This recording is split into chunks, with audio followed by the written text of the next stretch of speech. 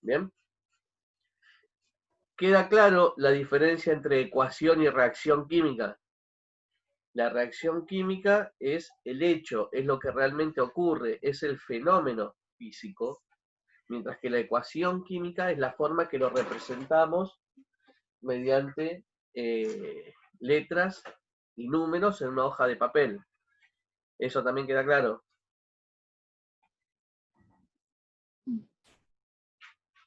Queda claro las partes de una ecuación química, que la ecuación química tiene dos grandes partes, los reactivos, los productos. O eso lo explicamos. No quieren que lo explique, mejor dicho. Estas son todas... ¿Cómo? Yo diría que lo explique, por favor. Bien, no hay problema. Yo por eso, porque como es teórico, capaz que ya lo vieron y no hace falta que lo explique. Pero si no, arrancamos de ahí. ¿Bien? Perfecto.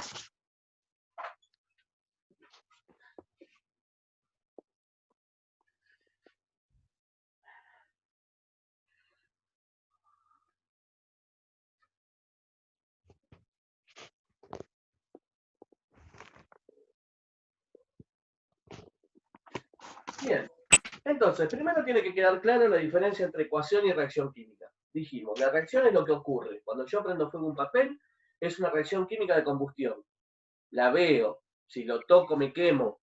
Entonces, eso es la reacción. Ahora, la forma en que yo lo represento en un papel con letras y con números es una ecuación. ¿Bien? ¿Por qué ecuación química? Porque tiene dos... La palabra ecuación viene de igualdad o de ecuánime. ¿Y qué es lo que se mantiene en una ecuación química? La cantidad de materia antes y después de la reacción. ¿Qué quiero decir? Que si antes de la reacción tengo 10 átomos de carbono y 3 de oxígeno y 2 de hidrógeno, después de la reacción voy a tener que tener exactamente la misma cantidad de átomos y de la misma calidad. Digamos, no me puede aparecer o desaparecer carbono, aparecer o desaparecer hidrógeno o aparecer o desaparecer oxígeno. ¿Me hago entender? En las reacciones químicas, las sustancias cambian, bien, pero la materia no. O sea, la misma cantidad y calidad de átomos antes de la reacción química tiene que estar después de la reacción química. ¿Estamos de acuerdo con eso? Eso es el principio de conservación de materia. Sí, la clase pasada habíamos hablado de los dos tipos, de los dos grandes grupos de reacciones químicas, ¿no? Exergónicas y entergónicas, ¿o no? Sí. Sí, ¿no? Exergónicas son las que liberaban energía, endergónicas son las que absorbían energía. Ejemplo de una reacción exergónica es la combustión.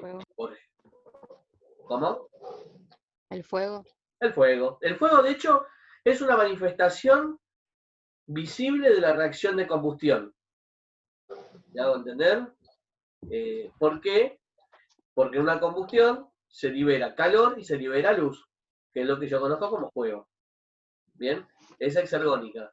Y una reacción endergónica, por ejemplo, es la fotosíntesis. La fotosíntesis, ustedes saben bien, es el proceso mediante el cual la planta fabrica su propio alimento. ¿Cuál es el alimento que fabrica la planta? Chan, chan. El oxígeno. No, su alimento. Todos dicen que la planta fabrica Dióxido de su propio... carbono. No, esa es la materia prima para fabricar su alimento. De hecho, la planta incorpora dióxido de carbono por los estomas, que son esos poritos que están en las hojas, y el agua por las raíces. Ahora, con el agua y con el dióxido de carbono, ¿qué fabrica?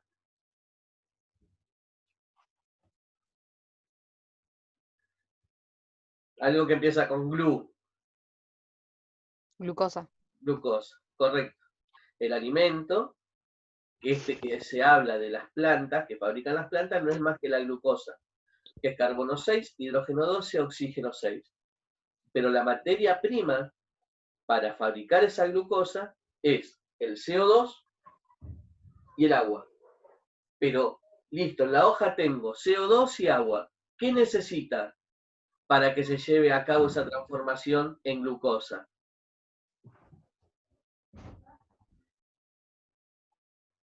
¿Qué otra cosa necesita? El sol. El sol, luz. Entonces, esa energía es utilizada para que se rompan esos enlaces, se reacomoden y se forme una sustancia nueva. ¿Me hago entender? Eso es una reacción. La fotosíntesis es una reacción endergónica, endolumínica de hecho, más precisamente, por excelencia. ¿Por qué endolumínica? Porque necesita calor, no, necesita luz, que es captada por la clorofila. Y en esto lo habrán visto en ciencias naturales o biología. La finalidad de la clorofila es captar la luz solar, bien, y la organela donde se realizan estas reacciones químicas, ¿cómo se llamaban? ¿Cómo se llaman, va? Ya que estamos, hacemos todo un repaso. Que tiene la célula vegetal y no tiene la célula animal.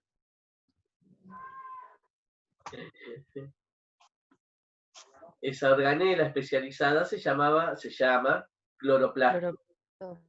Exactamente. Esa es una de las grandes diferencias entre la célula animal y la vegetal.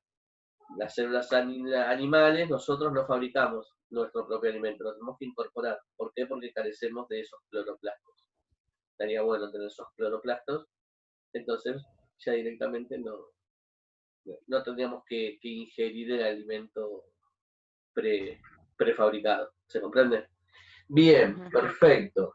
Entonces vamos a lo que son las partes de una ecuación química.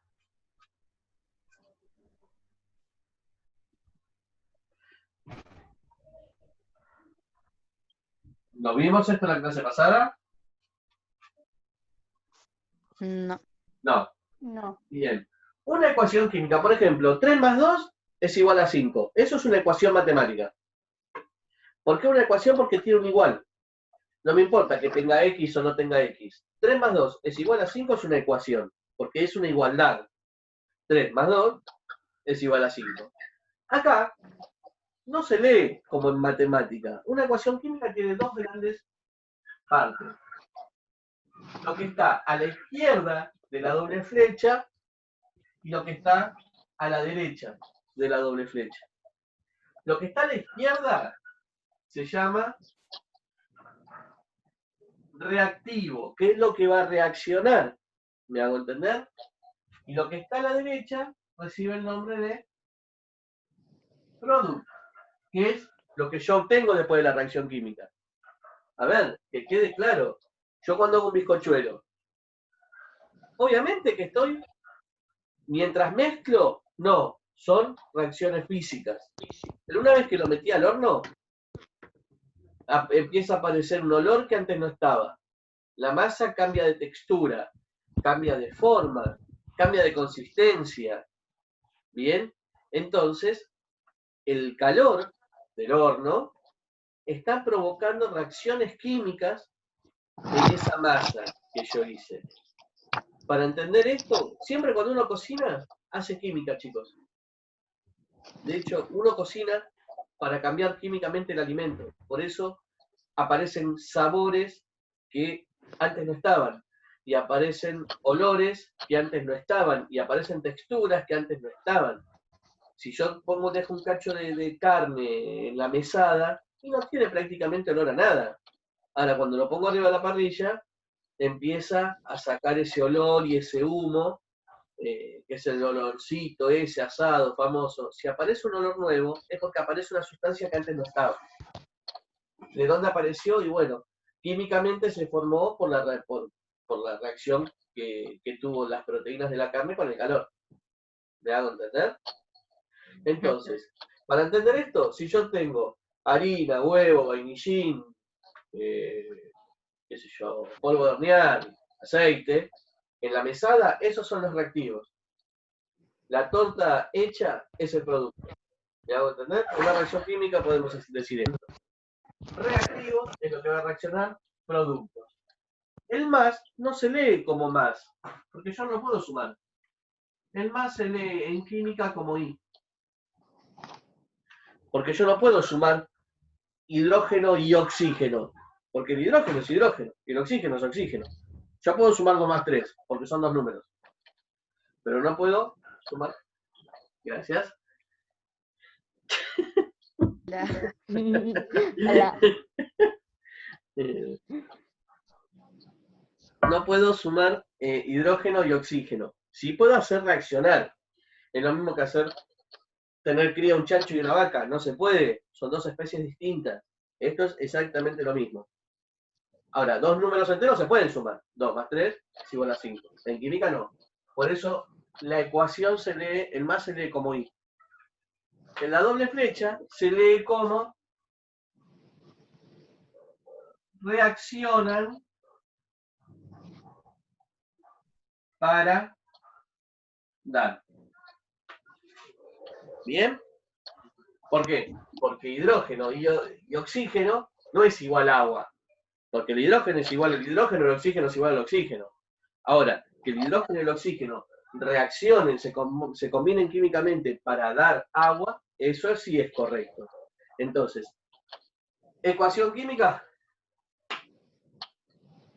reactivo, producto, el más se lee como I, la doble flecha reaccionan para dar y pueden ser una reacción hexergónica o endergónica. Si para que se lleve a cabo de A a B a C y D necesita absorber energía, es endergónica. Si en la reacción de A y B, cuando forma C y D, libera energía, es una reacción exergónica. ¿Se comprende? De hecho, en la batería de sus celulares hay una reacción química constante y es exoeléctrica. Por eso yo le pongo la batería y el celular anda, porque genera una corriente eléctrica. ¿Hasta cuándo va a funcionar? Hasta que se agote. ¿Y qué hago entonces? Lo enchufo. Vuelvo a cambiar esas sustancias que tienen adentro para que vuelvan a entregar energía. Entonces, el par de sustancias que hay dentro de una batería tienen la capacidad de reaccionar químicamente, endergónico y exergónico. ¿Se entiende? Endoeléctrico y exoeléctrico. ¿Se comprende, chicos? ¿Sí? Sí. ¿Alguna duda hasta acá? ¿Alguna inquietud? No. ¿Algo que quieran saber? ¿Algo que se les ocurra de lo cotidiano? ¿Algo de eso? Seguimos adelante.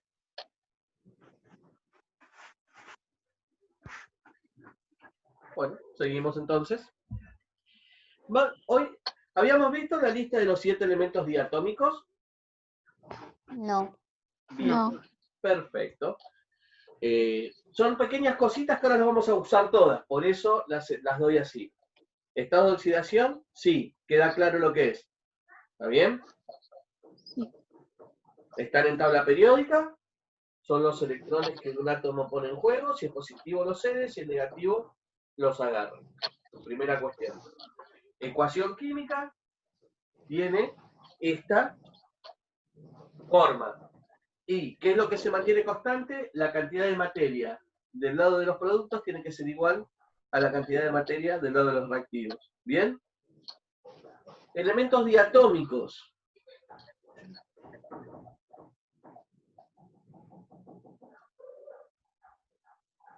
¿Qué son los elementos diatómicos? Son elementos que en la naturaleza siempre se encuentran de a dos. Por sus características y su reactividad, siempre se encuentran de a dos. Por ejemplo, yo el aluminio, yo puedo encontrar un átomo, no, obviamente, chicos, no los voy a poder ver, es imposible verlo. Pero, ¿podría encontrar un átomo solo de aluminio? Sí, no hay ningún motivo por qué no lo pueda encontrar. Ahora, ustedes cuando leían lo de biología, ¿qué respiramos nosotros? Oxígeno. ¿Y en los libros cómo aparece? ¿Como oxígeno o como O2? O2. O2. Bien. ¿Y por qué aparece como O2?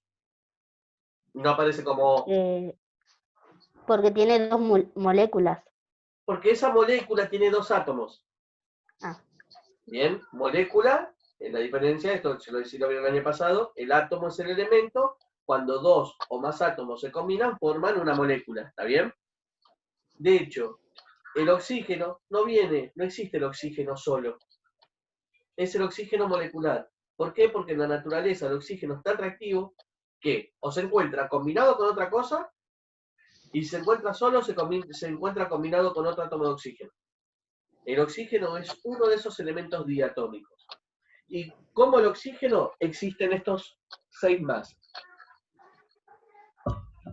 Los elementos que se presentan de forma diatómica en la naturaleza son oxígeno 2, cloro 2, bromo El hidrógeno. 2, yodo 2, nitrógeno 2, hidrógeno 2 y flúor 2. Estos 7 elementos, bien, son elementos diatómicos. ¿Me los tengo que acordar, me los tengo que saber o los tengo que anotar ahí, tenerlos a mano? Tener en claro que cuando yo en una ecuación química o en una reacción química interviene el cloro, el bromo, el yodo y alguno de estos, y está solito, lo voy a tener que poner como oxígeno 2, cloro 2, bromo 2. ¿Se comprende? Bien. Ya nos vamos acercando al momento en que vamos a poder empezar a ver formación de compuestos inorgánicos, que vamos a empezar con los óxidos, ¿bien? Que son los compuestos más sencillos de formar. Si se entiende bien cómo se forma, después no van a tener problema con nada. Pero el tema es que comprendan bien cómo es el mecanismo de formación. ¿Estamos de acuerdo? ¿Sí? Muchachos, si alguien tiene una duda o alguien no comprende, habla, me frena, me interrumpe y me dice, no entendí. Y volvemos a explicar.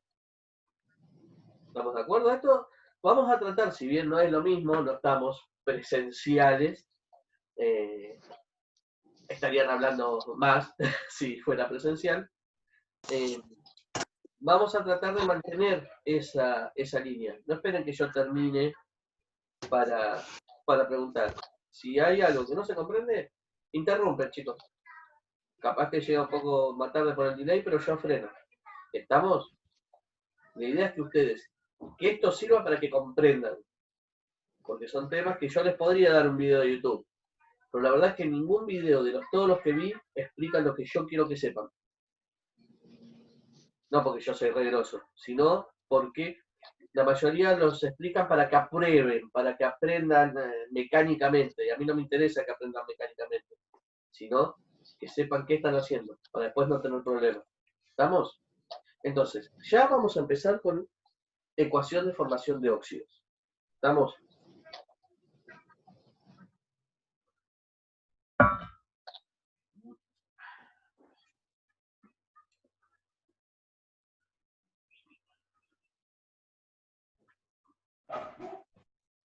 Bien. Óxidos. En primer lugar, podemos decir que son compuestos binarios.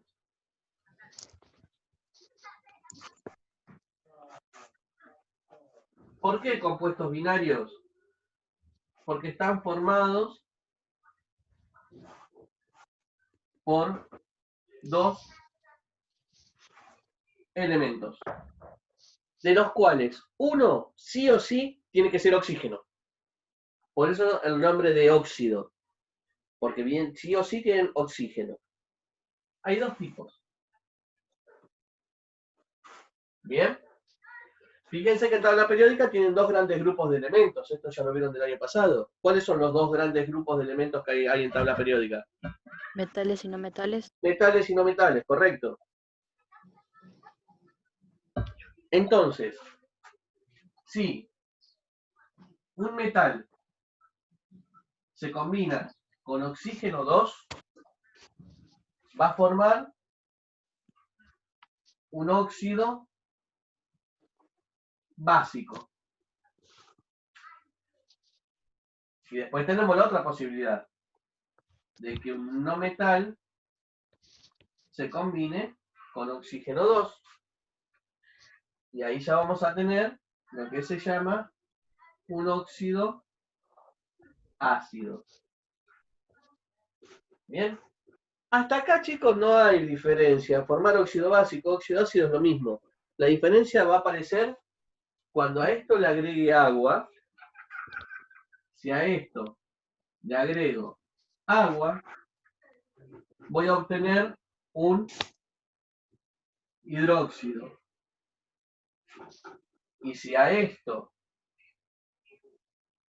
le agrego agua, voy a obtener un oxoácido. Acá están las grandes diferencias. Las propiedades de un hidróxido son totalmente opuestas a las de un oxoácido. ¿Estamos de acuerdo?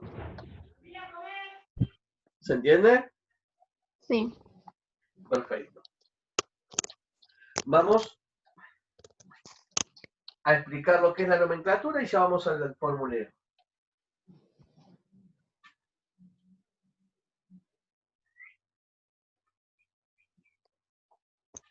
Bien.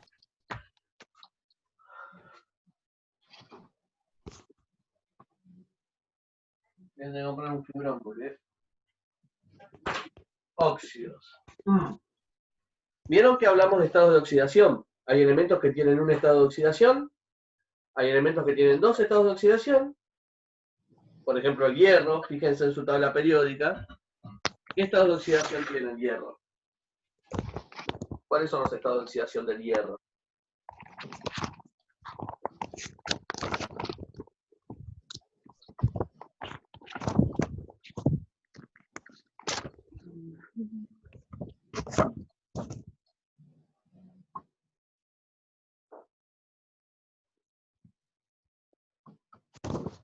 ¿2 y 3 lo encontraron? ¿O 2,3 o 3,2? ¿Encontraron todos el estado de oxidación del hierro?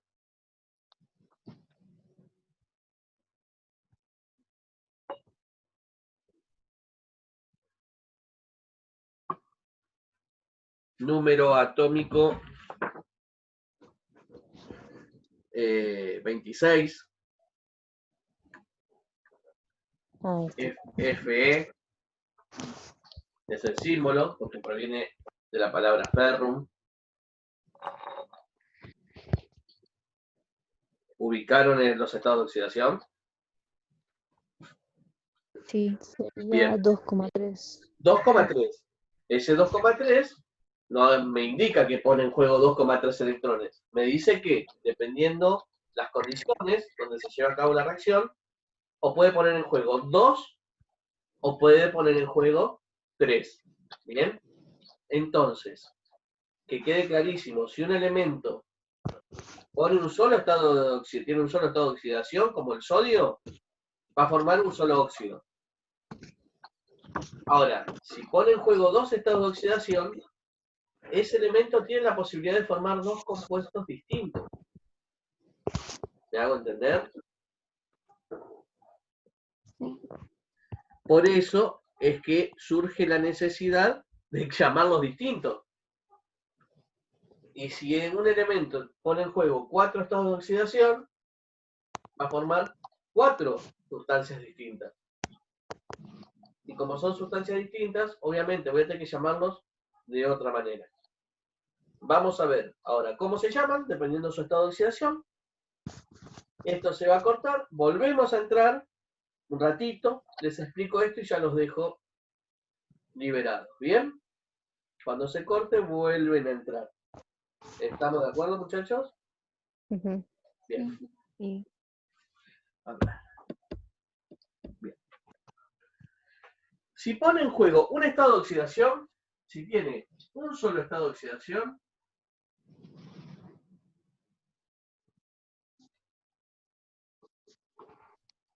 va a formar una sola sustancia, un solo óxido. Entonces no hace falta andar poniendo nombres raros. Se va a llamar óxido de... y lo que sea. Puede ser óxido de sodio, puede ser óxido de magnesio, óxido de potasio. Esos son todos elementos que tienen un solo estado de oxidación. Entonces no surge ninguna necesidad de ponerle un nombre raro. ¿Estamos? Ahora, si tiene dos estados de oxidación,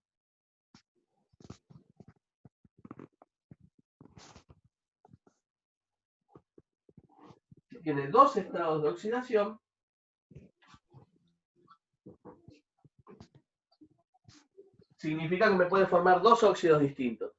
Y para eso, la UPAC, que es la Unión de Química Internacional de Química Aplicada, dictamina que si utiliza el menor, el estado de oxidación menor, se va a llamar óxido, lo que sea, y terminación oso. Ejemplo, vamos con el hierro, sería óxido ferroso, si utilizara el menor estado de oxidación, o sea, el 2. Ahora, si utilizan estado de oxidación mayor, se llamará óxido, lo que sea, con terminación ico. Por ejemplo, óxido férrico, si utiliza el 3. ¿Se comprende? ¿Hasta acá? Sí. ¿Vamos bien? Bien, y si tiene 4 estados de oxidación,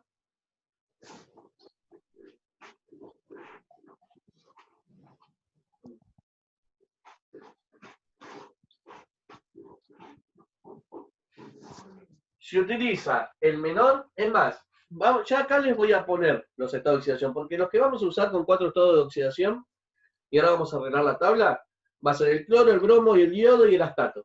Esos 4. Pero tienen que saberlos. ¿Con qué estados de oxidación van a trabajar cada uno de ellos? 1, 3, 5 y 7. ¿Está bien? Si utiliza el menor, el más chiquitito, o sea, el 1, se llamará óxido hipo oso. Hipocloroso, hipobromoso, hipoyodoso. Como es el más chiquitito, se le pone el prefijo hipo, que hipo significa poco. ¿Bien? No se lo tienen que acordar de memoria, tienen que entender las palabras. Una persona hipoacúsica es una persona que escucha poco. Entonces, yo le pongo el prefijo hipo adelante, es porque utiliza un estado de oxidación bajo, el menor. Si utiliza el que le sigue, que es el 3, va a ser óxido, lo que sea, oso. Si utiliza el 5, va a ser óxido, lo que sea, ico. Y si utiliza el 7, va a ser óxido, per, lo que sea ico. Fíjense, en el más chiquitito se le escribe el prefijo hipo, que es poco. Y en el más grande se le escribe el prefijo per, que viene de hiper, de mucho. Entonces, como ejemplo, podemos hablar del óxido hipocloroso, del óxido cloroso, del óxido clórico y del óxido perclórico. Dependiendo cómo se llame, sabemos el estado de oxidación que usa.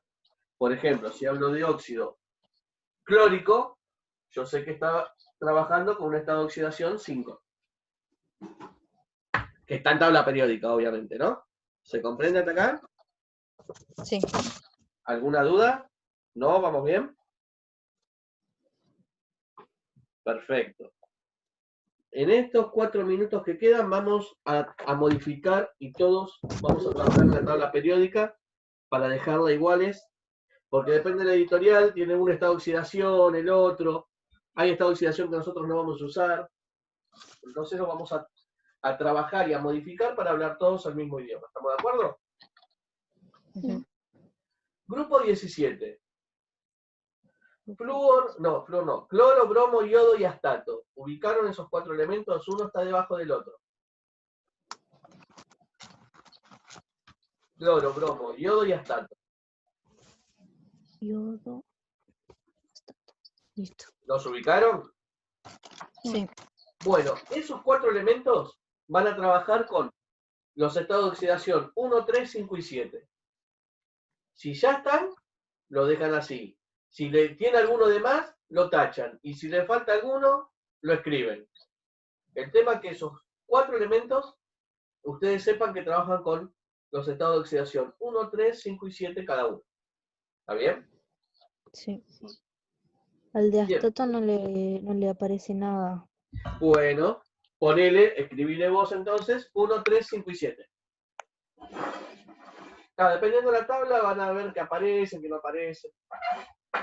Se los escribís vos en lápiz. ¿Estamos? Vamos por el grupo 16, el anterior. Oxígeno, no. Después del azufre. Azufre, selenio, telurio y polonio. ¿Los ubicaron? Sí. Debajo del Sí. oxígeno. Sí. Azufre, selenio, telurio y polonio.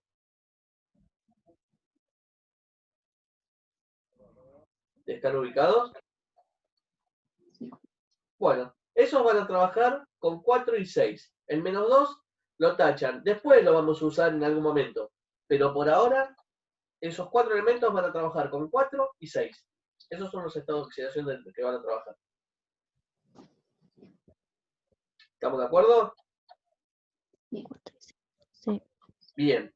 Vamos al grupo 15, el anterior. Un lugarcito a la izquierda. Nitrógeno, fósforo, arsénico, antimonio y bismuto. Uno está debajo del otro. ¿Los ubicaron? Sí. Sí. Bueno, esos 5 le vamos a dejar los estados de oxidación 3 y 5.